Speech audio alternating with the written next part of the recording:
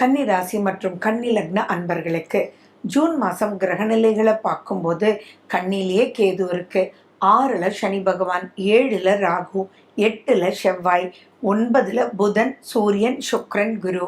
10ஆம் வீட்டுக்கு 12ஆம் தேதி, 14ஆம் தேதி, 15ஆம் தேதி சுக்ரன், புதன், சூரியன் டிரான்சிட். 29ஆம் தேதி பார்த்தீங்கன்னா உங்களுக்கு புதன் வந்து உங்களுடைய லாபஸ்தானத்தில் வந்துடுவார். சரி, உங்களுடைய ராசி அதிபதி புதன் வந்து ரொம்ப ரொம்ப ரொம்ப ஃபேவரபிளாக இந்த மாதம் முழுக்க இருக்கார். சரி, புதன் வீட்டில் கேது இருக்கும்போது எப்படி அப்படின்னு பார்த்தா குருனுடைய பார்வை தான் வந்துடுச்சே. அப்போ குரு எங்கே இருக்காருன்றதை விட அவருடைய பார்வை பலம் பெற்றாலே போதும். ஸோ அப்போ எப்படிப்பட்ட குழப்பங்கள் வந்தாலும் உங்கள் ஜாதகத்தில் எப்படிப்பட்ட குழப்பங்கள் வந்தாலும் குருவும் ஃபேவரபிள். சனி பகவான் 6ஆம் வீட்டில் இருக்கும்போது கொஞ்சம் கூட நீங்கள் கவலைப்பட வேண்டிய அவசியங்கள் இல்லவே இல்லை. வருட கிரகங்கள் அவ்வளவு ஃபேவரபிளாக இருக்குது. இது உங்களுக்கு மிகப்பெரிய வரப்பிரசாதம். இந்நேரமே பார்த்தீங்கன்னா கன்னி ராசி மற்றும் கன்னி லக்ன அன்பர்களுக்கு next stage in all the aspects வந்து நீங்கள் மூவ் பண்ணியிருப்பீங்க. நிறைய கடன் வாங்கியிருக்கிறவங்க கூட இப்போ கடனை கட்ட திருப்தியாக ஆரம்பிச்சிருப்பீங்க. குடும்பத்தில் பெரிய பிரச்சனைகள்னு எது இருந்தாலும் இப்போ உங்களுக்கு நெக்ஸ்ட் ஸ்டேஜுக்கு போயிட்டு இருக்கிறதுனால உங்களுக்கு ஆர்கனைஸ் பண்ண தெரியும்.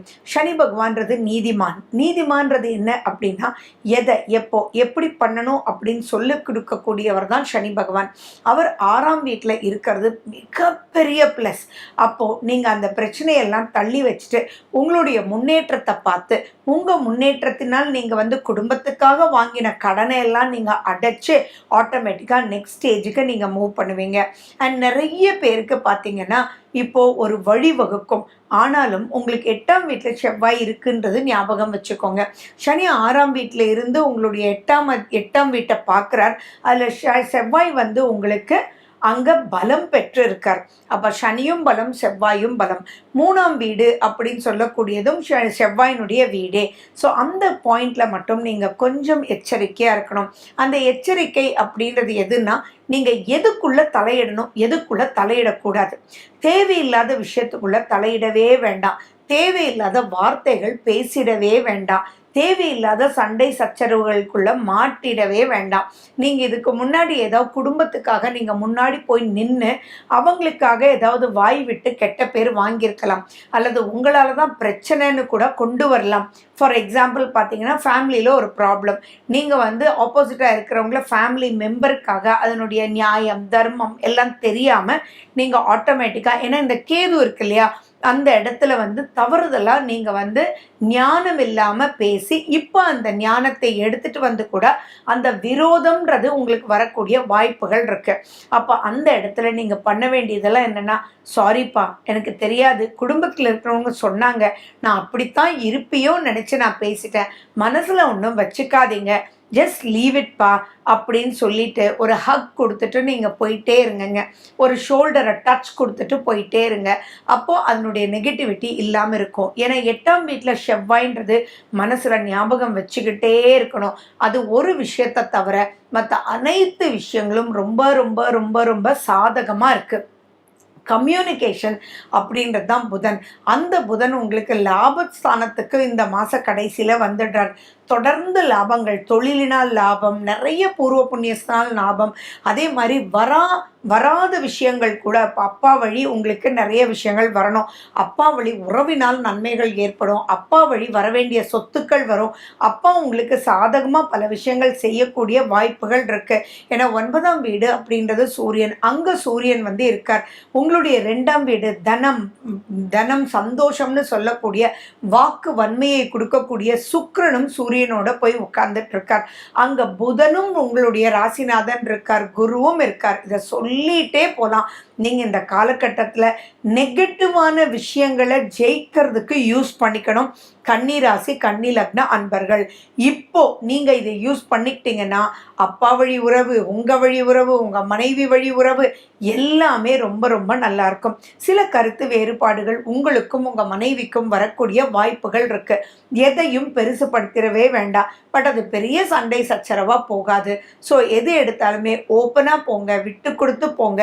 புதனுடைய ஸ்லோகத்தை சொல்லிட்டே வாங்க. பச்சை நிற உணவுகள் அதிகமாக எடுத்துக்கோங்க, பச்சை பயிறு அதிகமாக எடுத்துக்கோங்க, மதுரை மீனாட்சி அம்மனை நினைச்சு பிரார்த்தனை பண்ணுங்க. தினமும் நீங்க துளசி தீர்த்தம் குடிங்க. பெருமாளுடைய உங்களுக்கு எது தெரியுமோ ஒன்றும் வேண்டாம், ஓம் நமோ நாராயணான்றதை நீங்கள் 3 தடவை சொல்லிட்டு உங்களுடைய வாழ்க்கை சூப்பராக போகிறதுக்கும், உங்களுடைய குடும்பம் உங்களால் சிறக்கிறதுக்கும், பிரச்சனைகளை தவிர்ப்பதற்கும், நீங்கள் அப்லிஃப்ட் ஆகிறதுக்கும் நிறைய விஷயங்கள். கடனை அடைக்கலாம், கடன் வாங்கலாம், அப்லிஃப்ட் ஆகலாம், ஆன்சைட் சம்மந்தமாக நிறைய விஷயங்கள் கிடைக்கும். ஸோ நீங்கள் உங்களுடைய எண்ணமெல்லாம் என்ன இருக்கணும்னா, நெகட்டிவிட்டிக்கு மன்னிப்பே கேட்டுக்கலாம். நெகட்டிவிட்டின்றது வேண்டாமே, வாழ்க்கையில் நெக்ஸ்ட் ஸ்டேஜ் போகணும். எனிமிட்டி நிறைய வந்திருக்கும், அந்த எனிமிட்டி எல்லாமே இப்போ போன்னு சொல்லக்கூடிய ஒரு காலகட்டம். ஸோ இப்போ நீங்கள் செய்ய வேண்டியதெல்லாம் உங்கள் சுய ஜாதகத்தில் இருக்கக்கூடிய கிரக அமைப்புகளை மட்டும் பார்த்துக்கோங்க. அவங்க ஃபேவரபுளாக இருந்தால் எவ்ரிதிங் இஸ் ஃபேவரபிள். நான் லைனாக சொல்லிகிட்டே போகலாம், அவ்வளோ விஷயங்கள். அதே மாதிரி எதிரிகளாக இருந்தவங்க கூட இப்போ உங்களுக்கு நட்பு பாராட்டுவாங்க. உங்களை தப்பாக புரிஞ்சிட்டவங்க கூட இப்படி பண்ணிட்டு போப்பா அப்படின்னு சொல்லி உங்களுக்கு வழி காமிப்பாங்க. ஏன்னா குரு ஃபேவரபிள். குரு ஃபேவரபிளாக இருக்கும்போது வழிகாட்டுதலை நீங்கள் செய்ய வேண்டியது எடுத்துக்கணும். நல்ல மனிதர்கள், கன்னிராசி கன்னி லக்ன அன்பர்கள், அந்த இடத்துல புரியாமல் நீங்கள் ஏதோ ஒரு சூழ்நிலையினால் சூழப்பட்டு நிறைய பிரச்சனைக்குள்ளே இருப்பீங்க. அதெல்லாம் ஒன்றொன்னா விடுபட்டு வந்துட்டே இருக்கு. இதில் ஒரு முக்கியமான விஷயம் பார்த்தீங்கன்னா, உங்களுடைய சந்திராஷ்டமத்தன்னைக்கு ரொம்ப ரொம்ப எச்சரிக்கையாக இருக்கணும். இவ்வளவு நல்லா இருக்கக்கூடிய காலகட்டம் உங்கள் சந்திராஷ்டமம், அதாவது மேஷத்துக்கு சந்திரன் வரும்போது சந்திராஷ்டமம், அங்கே செவ்வாயோட சேர்ந்து சந்திரமங்கல யோகமும் அங்கே தான் இருக்குது. ஆனால் சனி பகவானுடைய பார்வையும் அங்கே தான் இருக்குது. ஸோ இந்த இடத்துல எப்படி இருக்கணும் அப்படின்னா, முடியும்னா ஏதாவது ஒரு கருத்து மோதல் வந்தால் அங்கே பேசுங்க. அப்படி இல்லைன்னா சப் ஜாடு சிவனேன்னு இருங்க.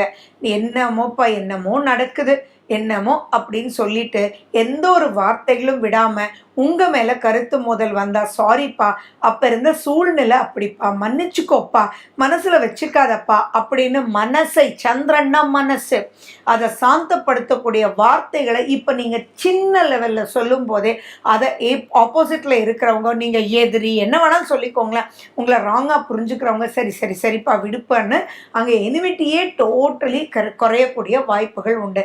நல்லா புரிஞ்சுக்கோங்களேன், நன்மைகள் நடக்கிறது சந்தோஷம். ஆனால் பிரச்சனை இல்லாமல் வாழ்க்கை ஓடுறதே மிக மிக சுகம்.